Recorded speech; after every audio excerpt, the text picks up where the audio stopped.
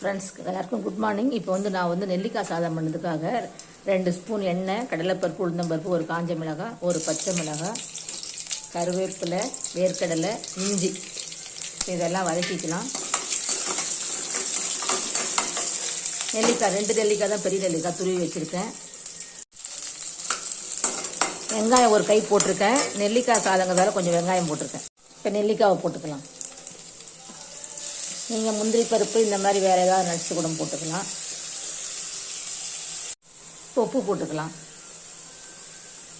சாதத்துக்கு தேவையான உப்பு போட்டுருக்கேன். இப்போ உப்பு மஞ்சத்தூள் போட்டுக்கிட்டேன். இப்போ ஒரு அரை எலுமிச்சம்பழம் புழிஞ்சு விட்டுக்கலாம். அப்படின்னா கொஞ்சம் நெல்லிக்காய் சாதம் சூப்பராக இருக்கும். இப்போ சாதம் கலந்துக்கலாம். நான் சாதம் வடித்து ஆற வச்சுருக்கேன்.